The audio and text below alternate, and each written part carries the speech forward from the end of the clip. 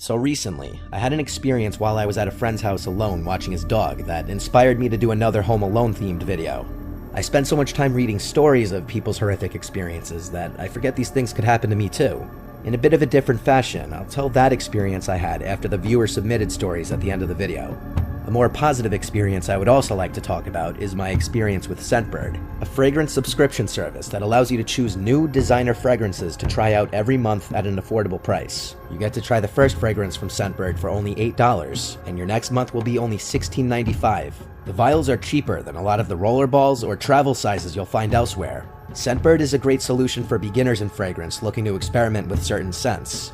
Scentbird allows you to try different designer fragrances from brands like Prada, Gucci, and Versace with a 30-day supply of any fragrance you choose. This way, if you're just getting into building your fragrance collection, you can test out what you like and what you don't without having to purchase a full bottle. Through Scentbird, I found my favorite scents: Eros Flame by Versace, which mixes Italian lemon, pink pepper, and vetiver for a classier scent, and Cross River Gorilla by Sanctuary for a more casual scent. So if you're looking to start your own collection, head on over to Scentbird by scanning my QR code using code 55Nightmare to get 55% off your first month at Scentbird.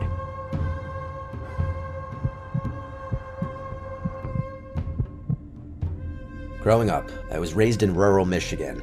There was hardly anything to do. If you like staring at trees and crops and lots of alone time, that was the place to be. I got out of there as soon as I got a car and enough money to move. I'm not a nature hater or anything, but I'd pick being by a big city any day. My parents don't own that property anymore. They sold it 5 years ago, but to describe it, it was a 3-acre property. The house itself was pretty big, and there was a storage building out back. I was 13 when this happened. My parents would leave me alone often at this age. They trusted me because I matured at a young age and I had responsibilities on the property. It was a weekend, and I was playing Vice City on my PS2 in the living room, when suddenly, a loud metallic bang came from outside somewhere in the yard. I right away ran to every window I could to look outside to see if I could see something, and I didn't see anything until I got to the window looking out to the storage building out back. The door to it was completely open. I went immediately to grab the rifle from the closet and go outside. I made my presence known, shouting "Who's in there?" to no avail. When I got to the door, I made it known I had a gun before looking inside. There was a bunch of stuff in there, from the sit-down mower to the quad to infinite little lawn care items. Someone could have been hiding behind any of that stuff. Even as a kid, I didn't scare easily, but at that moment, I got really unsettled, and so I closed the door to the building and went back inside the house. I locked the door and then sat at the window for the longest time, watching the storage building, expecting the door to open at any second.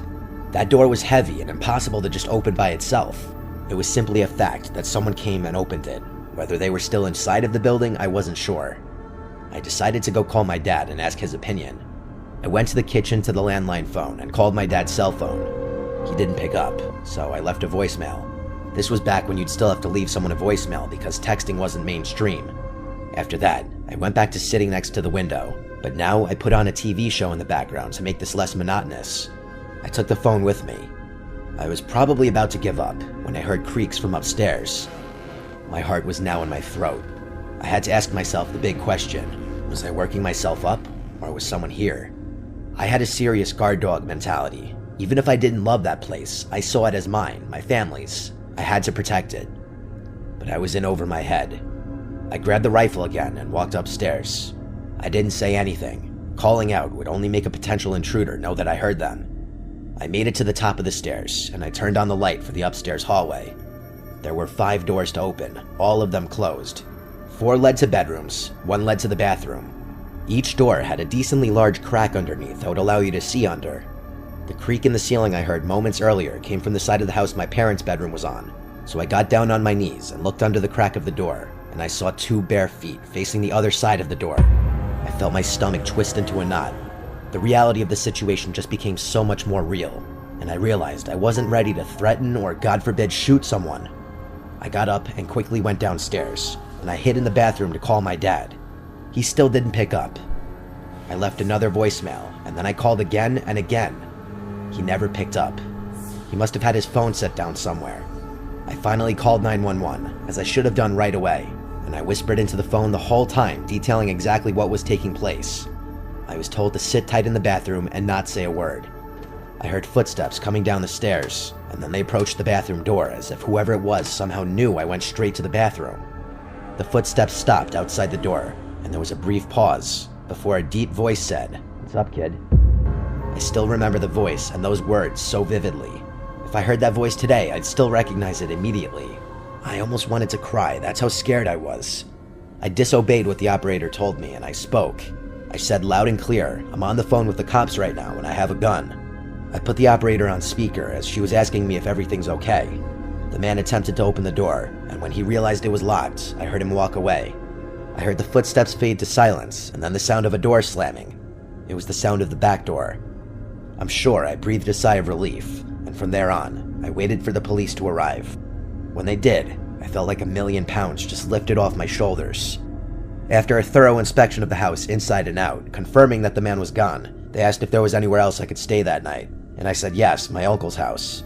We contacted my uncle, who came and spoke with the police. Then he took me back to his place. The thing that haunts me the most is that it was my fault. I could have prevented this. I left the door unlocked as I went to the storage building to investigate. Clearly, that's when the man simply walked right into the house. Even with a rifle in my hands, I didn't feel safe at all. It was truly the most horrific experience of my life.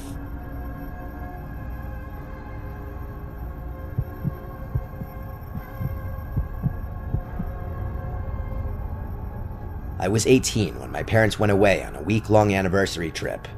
My sister had already moved out by this point, so I had to hold the fort. My parents' property is enclosed by woods and a dirt driveway leading to the road. The road is a quiet back road with equally sized properties running alongside it, all of them separated a decent distance, so it's a really isolated feel up there. Everyone in town knows each other. You see familiar faces all the time for the most part. At the gas station, at the grocery store, at the bars, which I'd learn a few years later when I started going to them. Speaking of gas stations, this story starts one day while my parents were away. I was at a gas station filling up my tank when a black Jeep Cherokee pulled up to the pump next to mine. A man with a goatee stepped out, greeted me, and started filling his tank. In that town, it was normal for strangers to greet each other like that. He had his nozzle locked into the gas tank, and then he walked around to my side of the pump and went, "Excuse me, do you know how to get to the interstate from here?" I helped him to the best of my ability. He pulled out a notepad and started writing down the directions I gave him.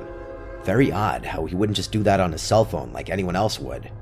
He thanked me and asked if I'm from the area. I said yeah, I grew up here, and he said he's from out of town. He didn't specify where. He then went back to his side and put the nozzle back in the pump. He then asked my name, as he said, "It's nice meeting you." I said my name's Kate. He said what a lovely name, and then got in his car as I got into mine. I drove out first and turned left to go up the road back home. It was only a few minutes worth of driving before I was approaching our turn into the driveway. I slowed down and put my blinker on, then turned right onto the property. It was at that moment that I noticed the car behind me was that same black Jeep Cherokee. He passed me as I turned into our driveway. He went the complete opposite way that I told him to go to get to the interstate. As he passed me, he didn't slow down or anything, so it seemed that maybe he just forgot the directions I gave him and went the wrong way. I let myself inside and went about the rest of my day doing whatever. I think it was that night that I was going out to meet up with my friends that I stepped outside and walked to my car and heard the sound of footsteps nearby. Like I said, the house is enclosed by woods, and this was in the middle of the summertime. It could have been any number of animals, so I didn't investigate. I just got in my car and left. But when I got back home hours later and walked from my car to the house, a man's voice from out somewhere in the woods called out Kate. I got the chills as I looked around, and then in a panic rushed to open the front door. I slammed it shut and sat on the couch to breathe. The neighbors all knew my name, but the houses are not on top of each other, so it's a bit of a walk. And there was no reason for one of them to call my name like that, like a creep, and not identify themselves. I decided to call my parents to tell them, and their explanation was it must have been one of the neighbors, and they'll probably knock on the door. I didn't tell them about the encounter at the gas station. The next day, which was a Saturday, I stayed home most of the day, and later that night, I once again was going out to meet with my friends. After getting ready and everything, I went outside, and as I was walking to my car, I heard loud and clear from the not-so-far distance someone call Kate again. This time, I didn't wait a second. I ran back inside the house and locked the door again. I called 911 this time, texting my family while doing so. After 2 cops showed up to the house, they looked around the perimeter of the property with their flashlights, then came back and said to call again if this persisted. I didn't feel much better after this. It's not really like they did much. I refrained from going outside until the next day when I had work. I was a server at a nearby restaurant. I was working a late shift. I left the house in broad daylight, paranoid to hear that voice again. Thankfully, though, I didn't. Maybe seeing the police car finally scared them off. After many hours at work, I was ready to go home and collapse into bed. I pulled onto the property, parked my car out front, and walked to the front door. I stopped when I heard the sound of footsteps again. It didn't sound like an animal's footsteps, though. I stood on the front deck for a second, waiting, and then that familiar voice yelled out again, saying, "Kate, don't call the cops on me again, cutie." I yelled out, "You need help, you're sick," and let myself inside. I called the cops once more, and the cops came again, searched the perimeter again, and left. My parents told me I should stay at a friend's house for the night. I couldn't agree more. They would be back the following night, so after that, I would feel much safer being there. My friend Alex told me I could stay with her that night, so I packed a bag and was ready to go. I checked out the windows first to make sure the coast was clear. I then went outside and locked the door as fast as I could, then ran to the car. As I turned the key in the ignition, I heard something right to my left. Right outside the driver's side door was a man wearing a face mask, trying to open the door. I couldn't even scream. I felt like I was choking on air. As I put the car in drive, he started hitting the glass with his elbow. I looped my car around on the grass and sped down the driveway, and I turned right up the road and didn't stop until I got to Alex's house. I was hysterically crying the whole drive there as I had Alex and her dad on the phone with me. He said he would have come and picked me up had he known the situation. We called the police together for a third time in total. A couple officers went to my parents' house to investigate again, make sure no windows were shattered or anything. One officer came to Alex's house where I once again gave my description of what happened. This was probably the most action these cops had seen in a long time in this quiet town. Thankfully, my parents came home the next day, and I felt safe staying at home again. I fully believe the man at the gas station followed me home intentionally and scoped the place out, realizing I was by myself, and for whatever reason toyed with me, until he actually tried to pounce and get me. I shouldn't have given my real name, and I should have been more alert to my surroundings and realized he was following me in my car that day. Some people are nuts and have way too much time on their hands. This incident was a huge motivating factor in my moving out to my own apartment a few months later.